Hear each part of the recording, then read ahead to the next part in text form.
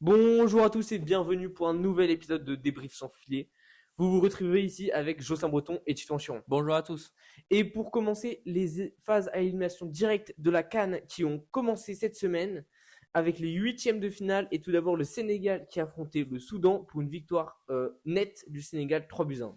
Ouais, beaucoup de favoris dans les huitièmes, on peut dire, parce qu'il y a eu certains matchs déséquilibrés, comme celui-là, j'ai envie de dire. Mais il y en a eu des très très serrés, comme le Mali face au Tunisie, qui va aller au tir au but, quand même, très bon match, avec le Mali qui va le remporter malgré un carton rouge. Ouais, malgré un carton rouge très tôt en plus, ils ont fait plus d'une heure, Mm. voire une heure et demie à 10 contre 11, mais ils ont quand même su l'emporter au tir au but. Derrière un match qu'on a tenté de déséquilibrer, qui a été plutôt serré au final, Ouais. c'est le Maroc qui jouait à la Tanzanie et qui s'est imposé seulement 1-0. Ouais, le Maroc qui ont fait beaucoup de risques dans cette rencontre. Pas le meilleur match du tout, mais de leur part, mais je pense que c'était vraiment un match à repos pour certains joueurs, mais surtout genre, à faire gaffe dans ces phases éliminatoires parce que ça peut très très vite tourner parce qu'on sait dans la CAN, c'est très très agressif et c'est ce qu'on voit souvent, comme dans la rencontre après avec Cameroun, Afrique du Sud, aussi très serré avec des buts de chaque côté, 2 buts à 1 pour le Cameroun. Ensuite, on a sur le match d'après l'Égypte qui jouait face au Bénin. L'Égypte, sans surprise, qui s'est imposée sur le score de 3-1. Ouais. Après, on a le plus gros résultat, j'ai envie de dire, d'un pays où la Nigeria a battu le Mozambique 4 buts à 0. Vraiment le seul match avec la Côte d'Ivoire qui ont gagné 3 buts à 0 face au Burkina Faso étaient les deux matchs les plus déséquilibrés, on va dire. Alors qu'à côté, on a l'Algérie qui jouait contre le RD Congo sur un match très très serré. Deux équipes qui ont l'habitude Mm. d'aller loin dans cette CAN. Et l'Algérie qui a donc gagné 1-0 après prolongation. Sur un but merveilleux, il faut le dire, d'un Ouais. joueur qui est rentré. Après, je tiens à dire que c'était un duel mal joué par le défenseur qui restait. Mais à la 118e ou 120e, 119e, oui. Donc 119e, à la toute fin des prolongations. ouais, le joueur de l'Algérie, il était rentré quand le dernier défenseur, il avait joué tout le match. Du coup, il y a eu un gros déséquilibre de fatigue qui était très visible, hein. Et c'est pour ça le duel il a été gagné, mais surtout la frappe. Le gardien, il peut vraiment rien faire. Elle est pratiquement en lucarne, un peu plus à gauche, mais surtout pas rentrante, très puissante, inarrêtable, beaucoup de joie, beaucoup de envie dans cette rencontre et c'était merveilleux à voir et ça nous lance dans les quarts de finale. Ouais, avec deux quarts de finale donc, qui sont déjà joués en attendant les deux autres. Tout d'abord, Mali-Sénégal, avec le Mali qui a encore pris un carton rouge vers la mi-temps. Et forcément, quand tu prends autant de cartons Ouais. rouges, quand tu joues autant de Mm. temps à 10 contre 11, ça commence à être assez déséquilibrant. Et donc le Mali qui perd 1-0 face au Sénégal. Ouais, c'est dommage. Le Mali, ils sont très agressifs, surtout défensivement. Ils ont bien joué leur coup depuis le début parce que c'est un pays un peu sous-estimé, j'ai envie de dire quand même. C'est pas vraiment un pays qu'on s'attendrait à aller aussi loin, ou en tout cas pas moi.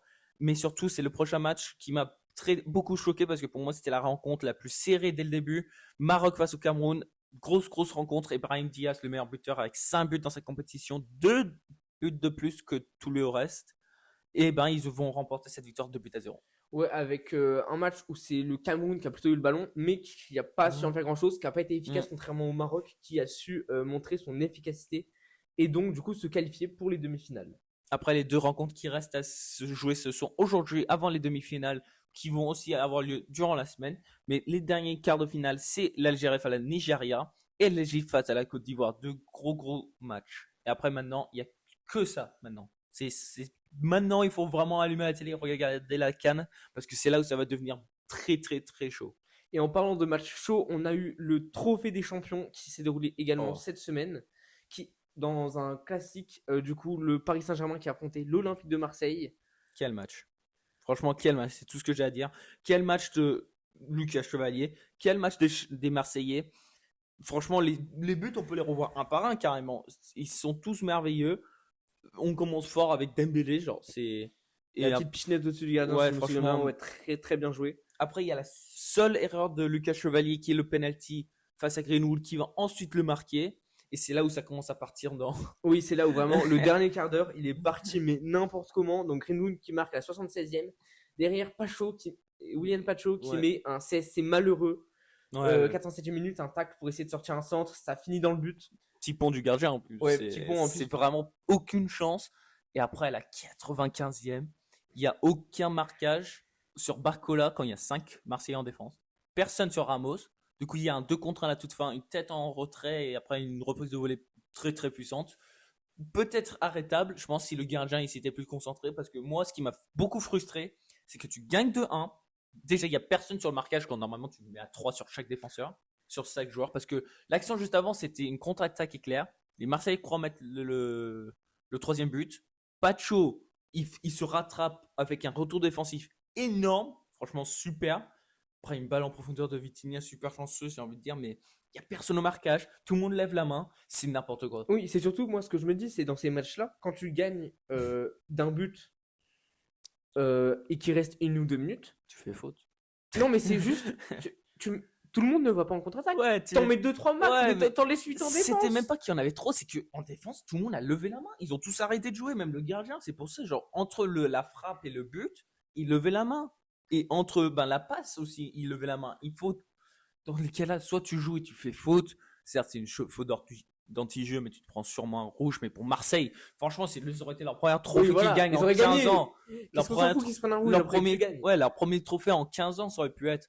Sauf que non, ils ont tous levé la main. Ils voulaient le hors-jeu. Personne n'était au marquage. Pourtant, il y a 5 défenseurs, 2 attaquants. C'était très mal joué. Très, très mal joué à la fin. Et après, le moral, je pense qu'il était détruit aux séances de tir au but ou Lucas Chevalier. Pour moi, Lucas Chevalier, c'était vraiment l'homme du match parce que, certes, ils font 2 buts. Quand tu regardes de l'extérieur, tu te prends 2 buts, tu peux pas être homme du Ouais, match. certes, il est pourquoi pas fautif sur au moins un des buts. Mais Mais 2 buts qui se prend, c'est un petit pont de son les 2 collègue. tirs au but arrêtés. Ouais. Voilà. Et même tout le match, il a fait ses parades. Les 2 buts qu'il se prend, c'est un péno et un CSC. Genre, il y est pour rien. Sinon, il a fait. Non. Sans Lucas, tu mets Savanov, parce qu'en ce moment, il y a le petit débat Savanov, Chevalier, blablabla. Savanov, il est blessé, du coup, tu dois mettre Chevalier. Là, c'est à régler le débat. Pour moi, il n'y a aucun débat. Jamais de la vie, Savanov fait ça. Jamais. C'était un match super. Et après, on a eu la Supercopa en Espagne également. Certes, cette fois, il y a des demi-finales. Mais eux aussi, oh là, les matchs de dingue, c'est n'importe quoi. Ouais, avec 2 matchs totalement différents. Le premier, le Barça qui a affronté l'Athletic Bilbao. Un match sans aucun débat. Victoire énorme de Barça, 5-0. Mais en vrai, genre, moi, j'avais bien aimé l'agressivité des deux clubs, sauf que dès qu'il y a eu un but, genre, c'est parti n'importe comment, ça s'est enchaîné super vite. En fait, genre, s'ils marquent pas le premier, ils marquent pas les 4 suivants. C'est vraiment comme ça s'est déroulé le match, mais même dans cette rencontre, il y a eu des buts et super comme celui de Rafinha, je m'en rappelle. Quelle rencontre, encore une fois. Et la deuxième rencontre, c'était encore mieux parce que c'était le derby de Madrid. Toujours plein d'envie dans cette rencontre et on l'a vu avec une victoire de Real Madrid face à 2-1. Ouais, avec d'abord, du coup, premier but, un énorme pétard sur coup franc de Federico Valverde. Non, mais énorme. Franchement, ce joueur, pour moi, c'est l'un des seuls encore qui m'impressionne au Real en ce moment. C'est vraiment le centre du jeu. Ouais, genre, et pourtant, vraiment... c'est celui ou l'un de ceux dont on parle le moins. Derrière toutes les stars, Ouais. c'est vraiment le joueur de l'ombre du Real, mais qui fait leur jeu depuis maintenant de nombreuses saisons de toute façon. Genre, même quand il y a Mbappé, tous ces gens-là sur le terrain, c'est lui qui porte le brassard. Il n'y a pas de débat là-dessus. C'est vraiment non seulement un joueur d'expérience, mais quand tu vois ce qu'il fait, à chaque match, il est décisif. C'est n'importe quoi. Il se plaint jamais, il est tout le temps prêt. Et ça s'est vu, même Atlético Madrid, par contre, eux aussi, quelle agressivité. En tout cas, maintenant, on a un Classico en finale, on espère, qui sera aussi bien que Paris-Marseille, en tout cas. Oh, les rencontres qu'on a eues, franchement, je me suis pas ennuyé. Tous les rencontres ont été super. Et on limite pareil en Ligue 1 pendant ce week-end parce qu'il a commencé avec Lens-Toulouse. Lens qui veulent maintenir leur première place maintenant, peut-être jusqu'au bout. Parce qu'en théorie, s'ils gagnent tout jusqu'au bout, ils sont champions. Oui, mais ça va être compliqué là parce qu'enchaîner encore 17 victoires consécutives, pourquoi pas, mais. Ils commencent bien avec un 3-0 face à Toulouse qui se prend un rouge. Ouais, voilà, très grosse victoire. Et donc Lens qui, on peut le dire, est champion d'automne vu que la mi-saison est passée. Donc même si on n'est plus en automne, ils sont quand même champions d'automne. Il me semble que c'est la première fois où c'est pas pareil depuis un long moment maintenant. Oui, en fait, si on ressort d'ailleurs les stats, depuis que QSI est à Paris, chaque fois que le Paris Saint-Germain n'est pas champion d'automne, ils ne sont pas champions à la fin de la saison. Pourquoi pas cette année, même si c'est des stats souvent toujours. C'est même pas une stat, c'est une théorie. Là, c'est plus une théorie qu'une stat, mais j'aimerais bien le voir parce que quand même, ça évitera encore une fois que Paris gagne 7 fois d'affilée. Ça changera de Paris toujours champion. Certes, je veux même pas Marseille non plus, mais ça c'est après des avis perso. Mais bon, Franchement, ça serait cool qu'on ait un nouveau champion. Pourquoi pas Lens? Franchement, Lens, je serais même pas triste s'il gagne. Ça Bah oui, serait avec super. une très belle ADN, un très beau plan de jeu, franchement. Franchement, nouveau entraîneur dès le début de saison. Oh là là, franchement, c'est l'événement parfait, je pense, pour qu'il gagne. En tout cas, cette journée, elle a été éclair aussi parce qu'on a juste après un match Lyon-Monaco. Toujours un super spectacle. Oh, par contre, Lyon gagne 3 buts à 1, mais encore une fois, Monaco qui, pour moi, sont en train de plonger dans la course du match. Avec aussi un carton rouge pour Monaco, mais un massacre sur Tagliafico. Je pense que même dans les sports de combat les plus violents, on n'a pas ça. En tout cas, je pense que la suspension n'est pas encore déterminée, mais moi, je prono 2-3 mois.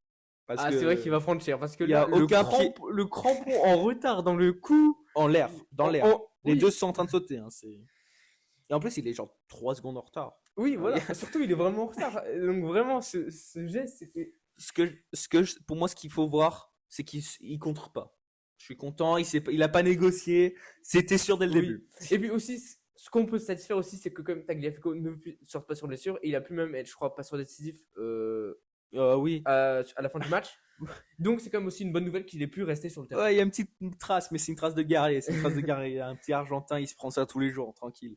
Mais ouais, quel début. Après, on a Nice-Strasbourg. Nice qui, eux, ont eu Eli Ouahi, le joueur attaquant qui marque chaque club français. Marseille, Lens, Montpellier. Et maintenant, il est à Nice en prêt. Et dès le premier match, premier but. Et oui, quel miracle. Nice qui n'avait plus gagné en Ligue 1 depuis on ne sait combien de matchs. Bon, ils ont pas gagné. Ils n'ont pas gagné, mais ils n'avaient pas non plus fait match nul depuis je ne sais combien de matchs. Ouais, mais. Eli Wahi qui n'a pas marqué depuis le début de la saison, il était à Francfort, hein, c'est bien ça. Ouais. Et là, Nice qui ne perd pas, bon, il gagne pas non plus, mais quand même, on se satisfait de ce qu'on peut. Avec Eli Wahi qui marque. Et ça les aide à ne pas être à un match de la zone relégable. Ils sont à 4 points. Ça les a beaucoup aidés quand tu regardes comme ça. Du coup, peut-être que c'est. Surtout face à Strasbourg en plus. Hein. Franchement, c'est. Du coup, peut-être c'est quelque chose à noter que peut-être Wai, c'était l'attaquant qu'il fallait pour qu'il gagne. À noter du coup pour Strasbourg que c'était le dernier match sur le banc de Liam Rosenior, leur entraîneur qui est parti du côté de Chelsea. Ils vont avoir un nouveau entraîneur très bientôt. On sait déjà qui c'est. J'ai oublié son nom. J'ai oublié son nom, mais qui a fait des aventures en première ligue. Du coup, ça va pas être pareil. Je pense que le changement va être tragique pour Chelsea et pour eux. Et ensuite, donc, après ce match, on a eu un gros choc également. Lille qui a affronté le Stade Rennais, victoire 2-0 de Rennes. Avec un carton rouge de Lille qui les a peut-être pas aidés, mais encore une rencontre de haut de tableau, franchement super serré. Lille, pour moi, en ce moment, ils sont un peu l'équipe discrète, mais qui perdent un peu. C'est vrai qu'on n'en parle pas beaucoup parce qu'il y a Nice, mais c'est vrai qu'eux aussi ils perdent. Et encore d'ailleurs, à noter un comportement inadmissible de la part du président du club. Sur le carton rouge, carton rouge, d'accord, peut-être un petit peu contestable, mais quand même, aller venir dire aux arbitres, c'est n'importe quoi, aller leur dire qu'ils savent pas arbitrer. T'es pas arbitre, garçon. On a déjà vu ça la saison dernière. Je pense qu'on a vu ça encore la saison précédente. Du coup, pour moi, au début, je trouvais ça drôle, mais maintenant, c'est vraiment son truc. J'aime bien qu'il ait un petit style. Ça montre l'envie d'un côté, mais de même temps, oui, c'est n'importe quoi. Mais en tout cas, c'est tout le temps le même. C'est à voir. Mais surtout, l'équipe pour moi qui craque, sur une pente descendante, c'est Marseille. 2 rouges, 2-0 pour Nantes. Franchement, waouh, quel match. C'est 2 rouges auxquels tu peux même pas négocier. Hein. C'est 2 rouges clairs. Peut-être le deuxième jeu, peut-être sur un côté, mais non. Franchement, c'est 2 rouges mérités. Franchement, c'est. Ouais, Marseille qui était en plus sur une bonne dynamique l'année dernière, en 2025. Là, 2026, ils ont commencé, mais. Non, mais même pas 2000. Oui, même ils ont joué comme une équipe amateur en fait. Oui, mais même là, en fin 2025, ils étaient premiers avec un avance de genre 5 points à un moment donné, non 4 points, 3 points. Genre là, ils sont derrière le deuxième place Paris de 7 points maintenant. Genre pour moi, c'est l'équipe qui a craqué, mais le plus d'un coup, c'était vraiment n'importe quoi. Non, le plus, c'est Nice, il n'y a pas de débat. Mais derrière voilà, si tu veux, on peut maintenant, il se rattrape un peu. Bon, ça fait un match, on va éviter, ouais. Mais bon.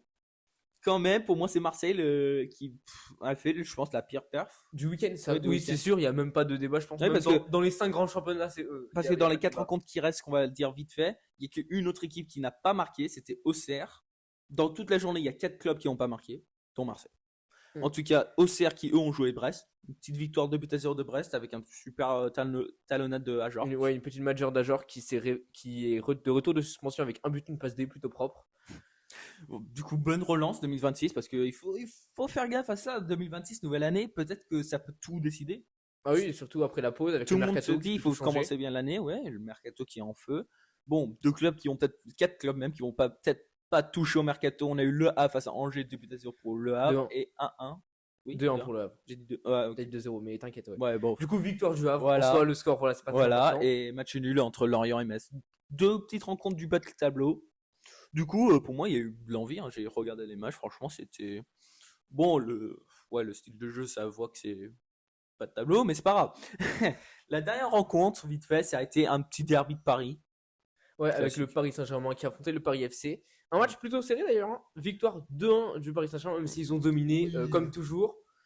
On a pu Mais- avoir du coup, grâce au score serré, le suspense jusqu'au bout. Pour moi, un truc qu'on parle pas souvent, c'est pour moi de Paris en ce moment. Certes, ils ont beaucoup de blessés. Certes, ils ont jamais l'équipe type. Mais pour moi, il y a beaucoup de points faibles en ce moment.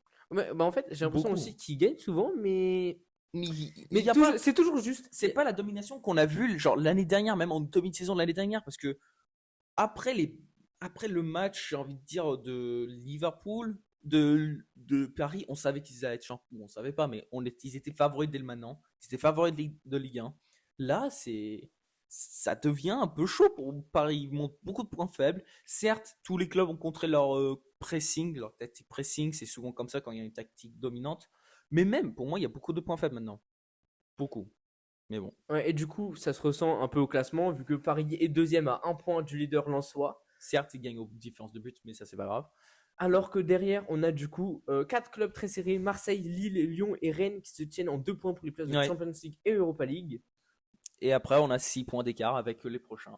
En tout cas, après, il y a la zone relégable qui est encore jouable pour chaque club. Metz et Auxerre qui tient la route avec 12 points, avec Nantes dans les barrages avec 14 et Paris FC et Nice. Non, Paris FC, pardon, avec 2 et avec 16, pardon, 2 points de plus. Et Nice avec 18. Voilà. En tout cas, ça va être notre petite Ligue 1 pour lancer la saison 2026.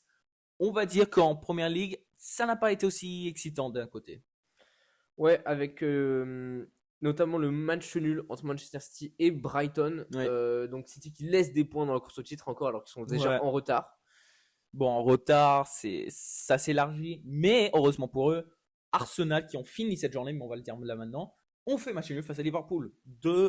Franchement, quand j'ai regardé ce match, j'ai rigolé parce que pour moi, ça va être un match, parce que c'est 2 hauts de classement, ça va être un match où tout le monde va être un genre 3-5-2, quelque chose comme ça pour être bien offensif. Donc, les 2 clubs vont jouer un genre 4-5 défenseurs. C'était bon. Pour moi, c'était lent, mais.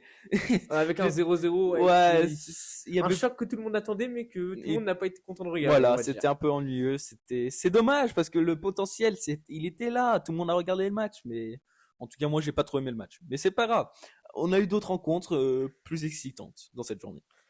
Avec, ouais, du coup, sinon, on a eu Nottingham Forest qui gagne face à West Ham 2-1. West Ham qui est toujours dans les places relégables, qui est toujours au fond des places relégables avec 7 points de retard sur le premier non relégable. Ouais, je pense on l'a déjà dit avant, mais on va continuer à le dire, les 3 relégables en première ligue sont décidés, ils sont pas prêts de bouger, je pense, malheureusement. Mais bon.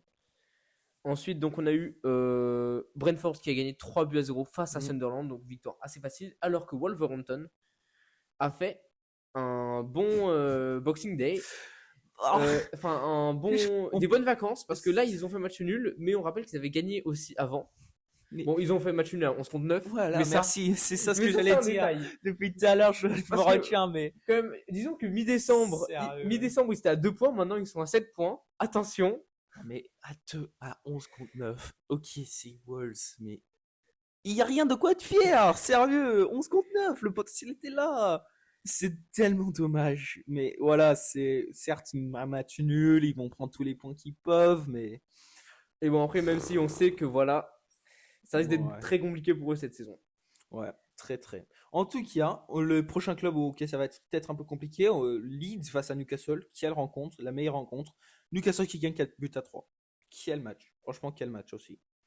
Newcastle qui, eux, je pense, vont essayer de gratter une petite Champions League. Voilà, une petite Champions League si on peut. Ils sont 6e, ils ont que 3 points de retard sur la Champions League. Pourquoi pas, ils vont pas dire non. Voilà. Ensuite, sinon, on a Bournemouth qui s'est imposé dans un match très serré et aussi très beau face à Tottenham, 3-2. Tottenham encore qui craque. Ils sont au même endroit que l'année dernière et c'est ce qui m'agace le plus parce qu'ils sont en Champions League. J'en ai marre de ces clubs qui jouent la moitié. On l'a vu avec Villarreal, on le voit avec Tottenham et la Tottenham la saison dernière. J'en ai marre. Genre, ça enlève l'aspect difficile du foot. Quand t'es un gros club, il faut savoir gérer la fatigue. C'est là où ça devient stratégique. Il n'y a aucune stratégie là. Là, tu sacrifies le maintien pour avoir une belle perf en Champions League, pour avoir plus de sous, puisque ça rapporte plus. Ça, pour moi, ça me saoule. Si tu veux être rassuré, étant donné qu'ils sont 14e là et qu'ils risquent pas de gagner la Champions League, ça me surprendrait beaucoup, mais bon, S'ils c'est gagnent la Champions League, ouais. Voilà, Là, disons qu'ils risquent pas de la gagner. je reprends tout ce que j'ai dit. à la gagner. Donc, si tu veux, on risque pas trop de les voir en Coupe d'Europe l'année prochaine. Si ça peut te rassurer. Ouais, bof, on va me dire, ça me rassure en moitié. Mais s'ils gagnent la Champions League, je reprends tout ce que j'ai dit, mais c'est pas près d'arriver. Perso. Mais bon.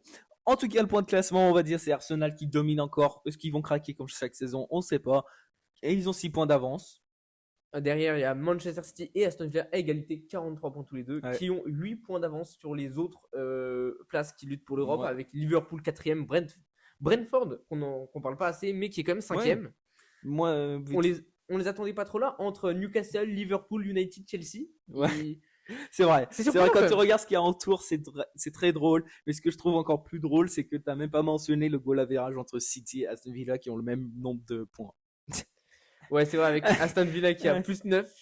Man City plus 26 Voilà. avec le même nombre de points, c'est hilarant, je trouve. Disons qu'on Ça voit montre que- on voit que Aston Villa c'est plus une équipe défensive qui gagne le match 1-0, 2-1, alors que City quand ils s'y mettent, Ouais. les 5 buts sont là. On espère pour Aston Villa que ça va pas se jouer au goal average en fin de saison. On prie pour eux. En tout cas, le zone relégable, c'est toujours la même. Wolves 7, Burnley 13 et West Ham 14 points. Quand Forest, Leeds et tout, ils ont 21-22. Mais bon, c'est pas très grave. En tout cas, un championnat où les zones relégables et le titre se jouent beaucoup. L'Espagne, pour finir ce épisode, on va dire, on va commencer avec une journée de l'Espagne qui a été beaucoup de buts. J'ai envie de dire, il y a que 2 clubs qui n'ont pas marqué une fois. Bon, ça va être 2 clubs qui ont joué. Bon, un club qui a joué le Barcelone. Ça va être le Espagnol qui ont perdu 2-0. Et l'autre club, c'était Séville qui ont marqué 0 but quand Levante en a mis 3. Ouais, alors que derrière on a eu des matchs, par exemple, le Real Madrid qui jouait le Real Betis, Oui. victoire 5-1, Énorme. énorme. Et après, il y a eu beaucoup de 1-1, malheureusement. On a eu Rayo Vallecano face à Getafe 1-1. Osasuna Athletic Club 1-1. Alaves Real Oviedo, un carton rouge pour chaque club et un partout pour chaque club. Real Sociedad et Atlético Madrid, un partout.